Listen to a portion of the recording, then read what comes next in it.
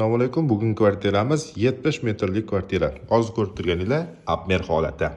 Bu holatga olib kelganmiz. Bu holatga olib kelish uchun bizda juda oddiy deb o'ylashadi ba'zilar, lekin buni anaqasida, ya'ni ostida ancha-muncha ish yotadi. Ya'ni ba'zilar buni o'ylaydi, klientlar o'ylashadi, tezda chizib, tezroq topshiradi. 2-3 ta variant qilib tashlaydi, bo'ldi, tezda tasdiqlanadi bu narsa deb o'ylashadi. Aslida bu narsani oldindan o'ylab ketishimiz kerak bo'lgan joylari bor. Ya'ni birinchisi santexnika, elektrika emas u, santexnika, gaz, kanalizatsiya qayerda joylashganligini oldindan bilib ketishimiz kerak. Yokida joylashmagan bo'lsa, qayerda rejalashtirilyapti yokida asosiy liniya qayerdan kelyapti, shuni bilib o'tishimiz kerak. Shunga qarab oshxona yokida sanuzorni joylashtirish taxminiy joylashtirish mo'ljalimiz bo'ladi, ya'ni xaritaga o'xshab bizga xuddi mo'ljal bo'ladi. Misol uchun mana shu yerda joylashtirishimiz kerak degan narsa bo'ladi. Shu sababdan, ya'ni klientning xohishidan tashqari ham texnik bu narsani to'g'ri qilishimiz kerak. Misol uchun egasi bu yerda emas, bu yerda oshxonani xohlaganlarida ham, lekin shaxta gaz, keyin issiq suv, sovuq suv mashinadan o'tgan bo'lsa, bu tarafga o'tkazish uchun operator rasxod yoki asosiy liniyadan to'g'ri berib o'tishiga sal muammoroq bo'ladi bu narsalar. Shu sababdan bu narsani bilib qo'yishimiz kerak planirovka qilishda. Ikkinchi tarafdan joylashuvlari, xonalarning joylashuvlari egalariga yoqishi kerak. Shu sababdan 2-3 ta variant qilishimizning sababi ham shunda va juda sekin bo'ladi deb o'ylashadi, lekin bu narsaga vaqt ketadi. Periplanirovkani endi obzor qilib bersam ham bo'ladi.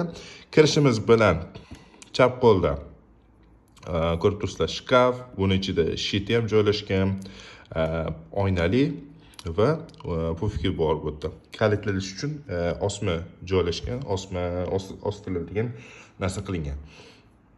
Koridorimiz uncha katta bo'lmagan, lekin normalniy. Kvadratlarni keyin hozir birozdan keyin aytib o'taman. Koridor mana bu yerda yozilgan mana. 10 kvadrat.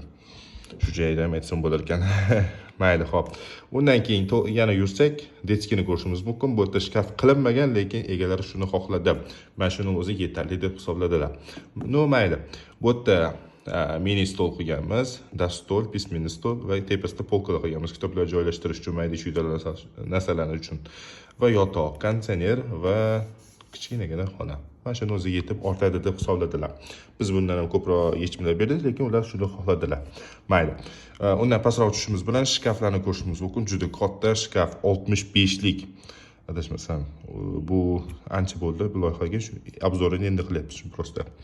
Xo'p, keyin undan keyin shkafdan keyin make-up zona, 2 ta tumba, yotoq joylashtirganmiz va bu yerga televizor joylashtirganmiz. Bu yotoqxonamiz master spalni hisoblanadi.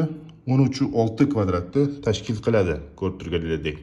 Keyingi xonamiz prachniy xona. Prachniy xonada albatta kir mashina yoki boshqa narsalar bo'lishi kerak. Kir mashinani biz bu yerga joylashtirmaganmiz, ya'ni sanuzorga joylashtirganmiz. Nimaga ekanligini ham aytib o'taman.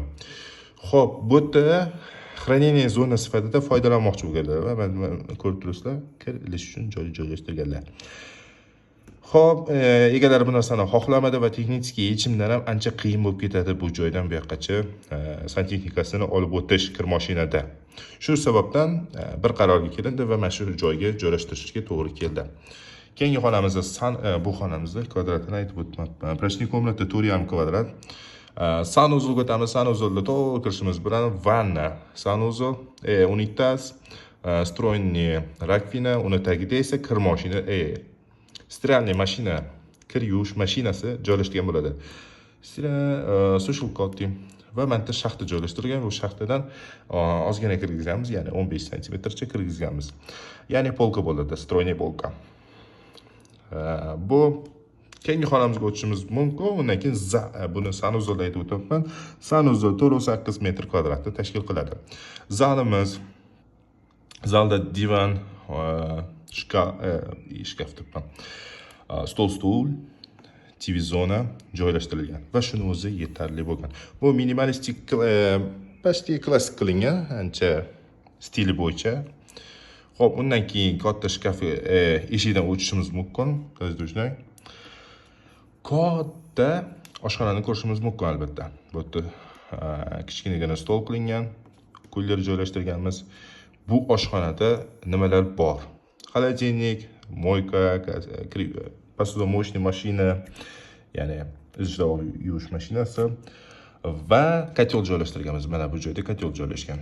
Vытяжка albatta kotelni joylashtirganmiz. Keyingi anaqa listaga o'tishimiz mumkin. Bu montirning qismi. Aytgancha kvadratini aytib o'tmoqman. Tak. Kuxnya 10,5 kvadrat. Zal 14,2 kvadrat tashkil qiladi. Montaj qismi, kvadratlari, kubalari ajratishganmiz, 3D vidlari, fragment montajlari, dver, расстановка двери. Patolog qismi, kartdan karniz o'tgan, karniz razmerlari, markirovkasi, razrezlari, patologni ayniqsa qanaqa tushgan, urvenlar o'ynagan, ozgina shularni ko'rsatib o'tganmiz. Patologdagi karniz, plintuslarni hammasini metrajlari, profilli rasmlari, necha metr ketgan, qanaqa razmerda, qayerda joylashganligi to'g'risida joylashtirganmiz. Отделкасы. Отделкani kvadratlari, rasmlari, necha metr kvadrat ketgan, qaysi xonaga qancha ketgan, shular haqida. Pol перекрытияsi, напольный покрытие, qayerda qancha kvadrat ketgan, shularni hammasini mana shu yerda ko'rsatib o'tganmiz. Markirovkalarini to'g'ri berganmiz albatta. Plintus, pol plintuslari. Plintusda boygani markirovkadan ajratib olsak bo'ladi, ya'ni markirovkadan naryodagi karniz spesifikatsiyasidan bilsak bo'ladi. Xo'p. Расстановка mebeli, qayerda qanaqa joylashgan, qancha joylashgan, oraliq masofalari barchasi berilgan. Markirovka mebel, spesifikatsiyasi o'shani mebelda. Individualniy mebel, ya'ni stroyniy mebellarni joylashtirganmiz. Buni oshxonasi, oshxonada mana ko'rdingizlar. Холодильник, посудомоечный, moyka, oddiy shkaf, oddiy tokchalar bilan, duxovka, gaz plitasi bilan, bu yerda o'sha aytganimdek kotel joylashtirilgan. Ranglar mana shu joylashgan mana. Xo'p, bu konditsioner yoki ventilyatsiya qanaqa joyda joylashgan, oraliq masofalari, santexnikasi, santexnический точкалari, qayerda qanaqa santexnika точкалari joylashgan, hammasi. Теплый pol qayerda qanaqa joylashtirilgan, necha kvadrat berganmiz, hammasini berganmiz. Осветительный прибор, расстановкasi, qayerda qanaqa joylashgan, qanaqa chiroyli joylashgan, barchasini berib o'tganmiz. Bu yerda esa spesifikatsiyasi elektrический pribori bilan lentishniy LED подсветкani metraj bilan berganmiz. Bu yerda elektrический pribor, qayerda rozеtka, qayerda regulyator, qayerda vывод bo'ladi, hammasini joylashuvlari, oraliq masofalari, barchasi balandliklari shu yerda berib o'tganmiz.